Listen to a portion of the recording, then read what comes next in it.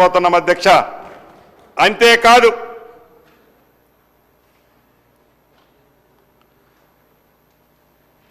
ఇంకొక ఇంపార్టెంట్ విషయం అధ్యక్ష, ప్రజల దీవెనలతో ఇందిరమ్మ ప్రభుత్వం ఏర్పడింది. నేను రెవెన్యూ శాఖ మంత్రిగా వచ్చా. కానీ ఆనాడు ధరణి పోర్టల్ ఏదైతే ఉందో ఆ ధరణి పోర్టల్లో నా ఆస్తి ఏందో నేను ఎప్పుడన్నా చూసుకోవాలన్నా నాకు కనబడదు అధ్యక్ష. ఇక పక్కోడు చూడటం మొదలైంది.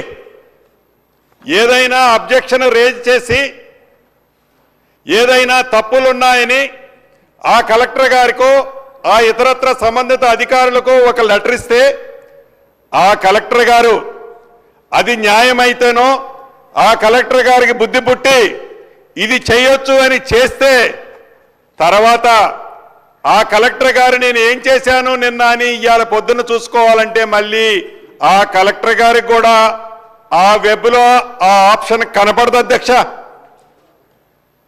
Everything is secret.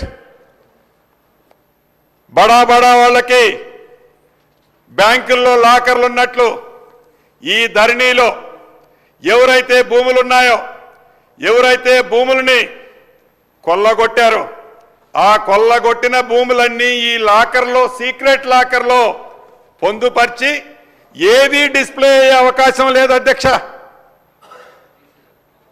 ఈ కొత్త చట్టంలో ప్రతి భూమి ఏ మండలం కానివ్వండి ఏ గ్రామం కానివ్వండి అది ఏ సర్వే నెంబర్ కానివ్వండి ఈ రాష్ట్రంలోనే కాదు ఈ దేశంలో కాదు ప్రపంచంలో ఎక్కడైనా ఉండి ఆ సర్వే నెంబర్ క్లిక్ చేస్తే ఆ సర్వే నెంబర్కి సంబంధించిన పూర్తి వివరాలు ప్రతి వ్యక్తి చూసే విధంగా ఇక్కడ సీక్రెట్ డాక్యుమెంట్ ఏది లేదు కాబట్టి ప్రతి వ్యక్తి చూసే విధంగా దాన్ని ఈ రాబోయే భూభారత్లో సవరించడం జరుగుతుంది అధ్యక్ష.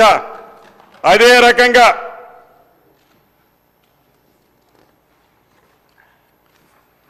ఏదైతే ఈ భూభారత్ని ఇప్పుడు ఈ డిసెంబర్ 1వ తారీఖు నుంచి ఎన్ఐసికి ఇచ్చాము అధ్యక్ష.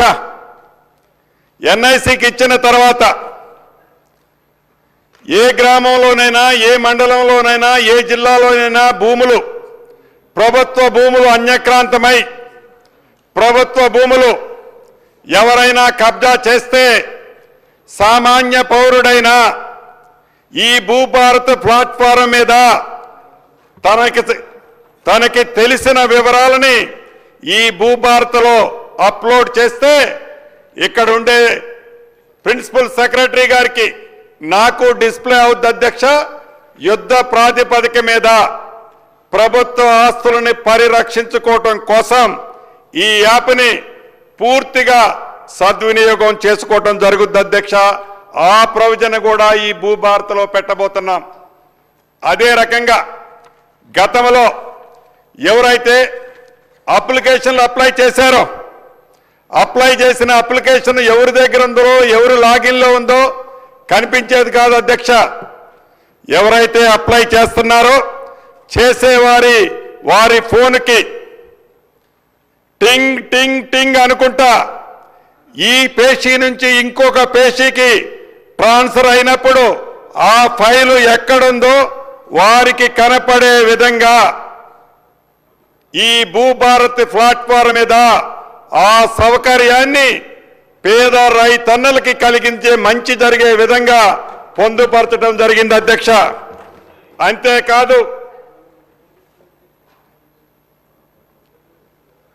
ఇది ప్రధానమైన అంశం. ఏదైతే ఈ భూభారత్ని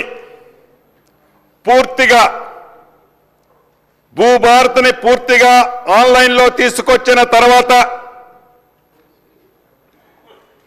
2014 కంటే ముందు సబ్ రిజిస్ట్రార్ల దగ్గర ప్రభుత్వ భూములకు సంబంధించిన రికార్డులు ఇప్పటికీ సబ్ రిజిస్ట్రార్ ఆఫీసులో ఉన్నాయి అధ్యక్ష.